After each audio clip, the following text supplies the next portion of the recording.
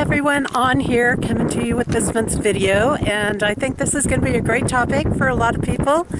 For those that don't know me, I am the author of The Code Journey. It's like a spiritual almanac which I put out every single year, and it just has great insights for the year. It talks about staying in the flow, staying in divine alignment, what that takes. So don't be afraid to go out and pick up your copy over on my website, compassioncodes.com.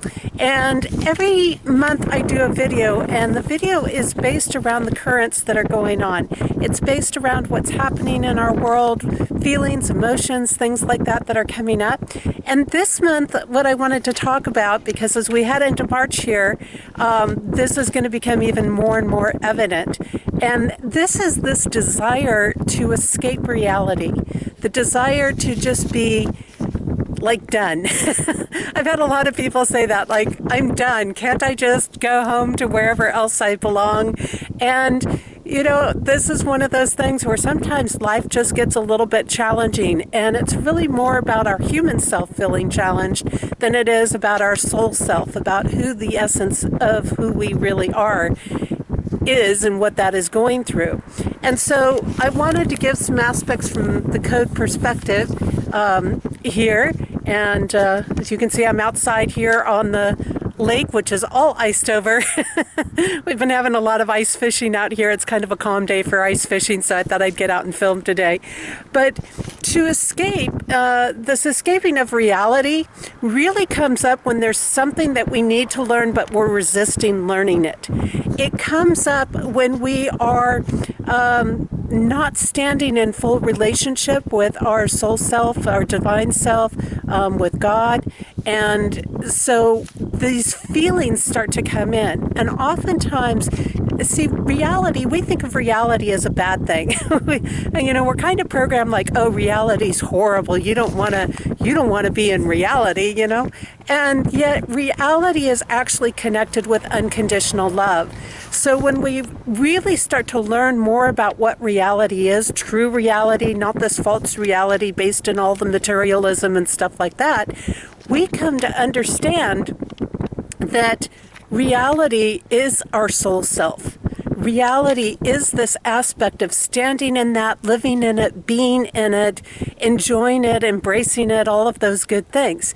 And then when we look at these aspects to escape reality comes up when we're not trusting ourselves, when we're feeling like we can't trust the circumstances we're in. It comes up when we're repeating things of our past that we don't like, and it's throwing us into these uncertain states, and we don't know how to move forward exactly. It's coming up when there's lies and deceptions coming through that are confusing us. And anytime we have these thoughts that we need to escape reality, that is a lie, and that is a lie that we want to call out and we need to call out. It is a deception that's coming in. It's a program that's actually entering into our head, making us believe that this isn't good, this isn't a good place, that we have no worth, we have no value. Well, you know, that whole spiral of things that comes with it. And so when we bring this together, we start to realize that when those types of feelings come up, we really want to look at, where am I not embracing the lessons? Where am I not embracing the opportunities? Because a lot of these hardships we go through are actually beautiful opportunities with incredible lessons that if we'll just embrace them, we'll actually find some pretty incredible things out there and pretty amazing things. And we will create this divinely inspired relationship with the world, with ourselves, with God, with people around us. It's just turns everything around. So I thought I would give some ideas and some thoughts and some tips around this aspect and things that you can do when these types of feelings start to come up. So with escaping reality, one of the things that's happened, those feelings will surface when we're at the edge of a breakdown. And coming in March, breakdowns oftentimes come when we're feeling these restrictions and confinements and things like that. And when we're feeling like we can't move, when we feel like we're at our end and we've tried everything that we can. And that's exactly when we need to double up and push through.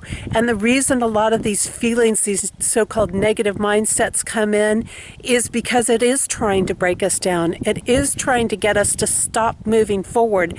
And the reason it's doing that is because probably what what we're moving forward in is really supporting divine presence. If we weren't trying to support divine presence, it wouldn't be trying to break us down because it would already have control over us. So that's a huge thing.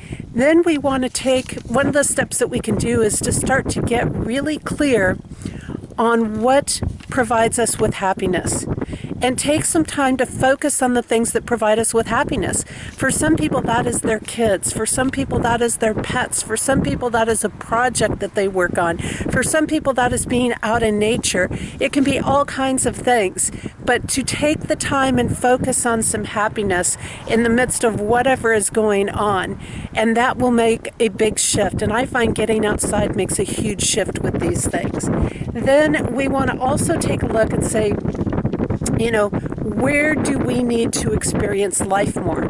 So again, a lot of times these feelings come up when we are not getting enough experiences in life, when we are not taking the time to explore maybe a new place or a new option or a new food or whatever it is, and we're too boxed in. We're too much in the work-sleep mode where it's just work, sleep, work, sleep, work, sleep, and there's no experiencing life. So we need to take the time to create some experiences. Then we have needing to embrace our free spirit energy. So again, a lot of these I want to escape life is happening when we need to take the time to embrace being a free spirit, get outside of the box, so to say, get outside of the traditional things a little bit, and to just flow with what is inside of us in the sense of, you know, what am I feeling moved today? Do I want to go hike that trail today? Do I want to just get outside? Do I want to go down to the local coffee shop and just sit for a little bit? What is it that I want to do? And take that opportunity to do it. And these don't have to be paid things. They don't have to be huge things. They can just being in that serendipity energy a bit, which can make a huge difference. And then we want to take the time to do some brainstorming, daydreaming. Just, you know, hammocks don't cost a lot, or sometimes you can just put a towel down on the grass. It depends on where you are, or along the beach or something, and you could just drift up into the sky. If it's too cold for you outside, you can do it inside, and just let your mind drift away a bit. Just let your mind do that, because what's that doing is it's freeing up the stress, it's freeing up the thoughts that are overwhelming your head.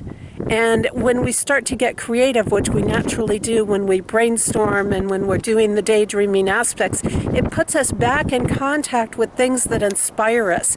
It puts us back in contact with that dream, with hope, with possibility. So that's very important.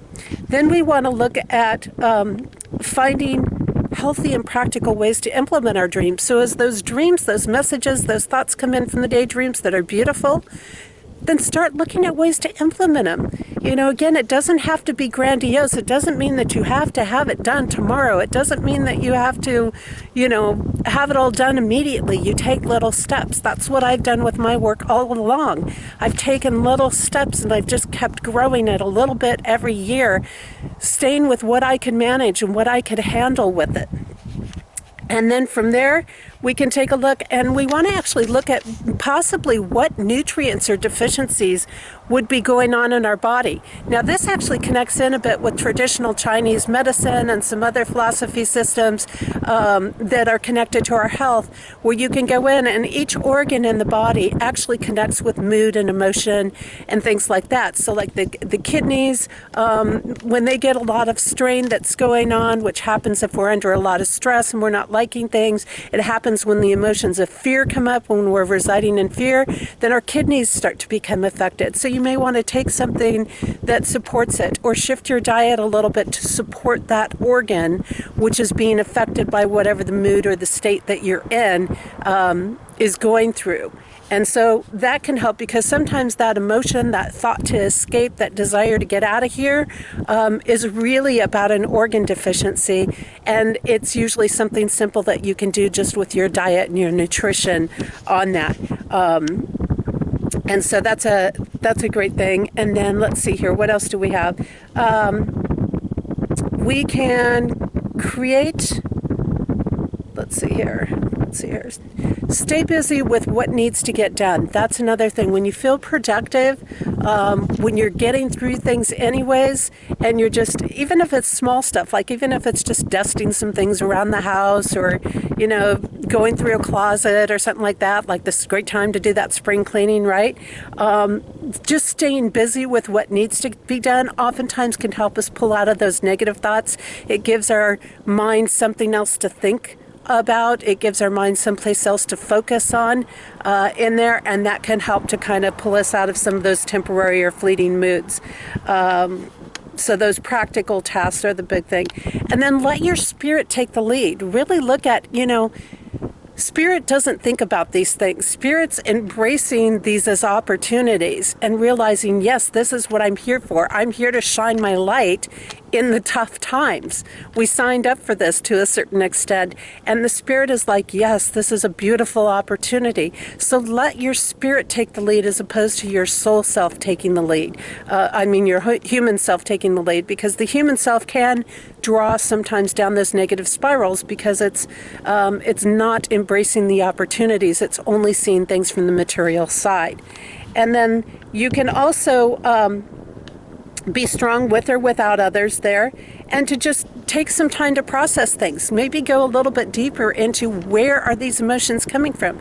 So again, this desire to escape connects with our past. So somewhere this escaping pattern was set forward in our past.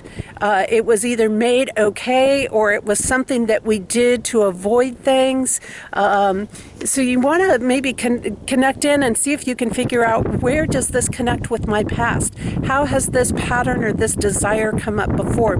Maybe it wasn't as intense before, but the pattern may have been there before. Did it serve me some kind of purpose in the past? And start to process and understand things. And that will also give you some great insight that then you can start to turn it around and say, oh, now I get it. I escaped. I escaped every time things got hard, or I escaped every time that people lied to me, or, tried to manipulate me. And so my escapism was my defense mechanism. Or, it's going to be a little bit different for everybody, but that's the big thing. So I hope these tips really help you out when you hit some of these spirals. I know we're not in easy code patterns right now. We're not, as a world, as a collective, we're waving in and out of some pretty hard influences, and that's okay. That's okay that we're in these challenges, but the key is what are we going to do with them? Because in every challenge, there's an opportunity. In every challenge, we are presented with possibility. And when we have these challenges, then we also have the opportunity to create something that is different than what we've had before or what we're in. And it's giving us that opportunity to create something favorable and stable and solid for our future. So try to embrace that. And, we do study sessions for the Code Journey. Feel free to join us. They're usually at the new moon and the full moon. I usually post out on that. And again, if you want to check out more of the Code Journey work, you can do it.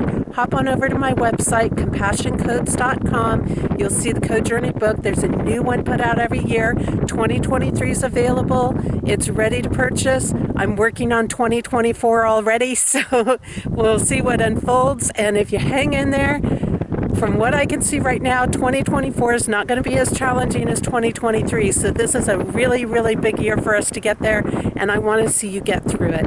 Take care, everybody. See you soon.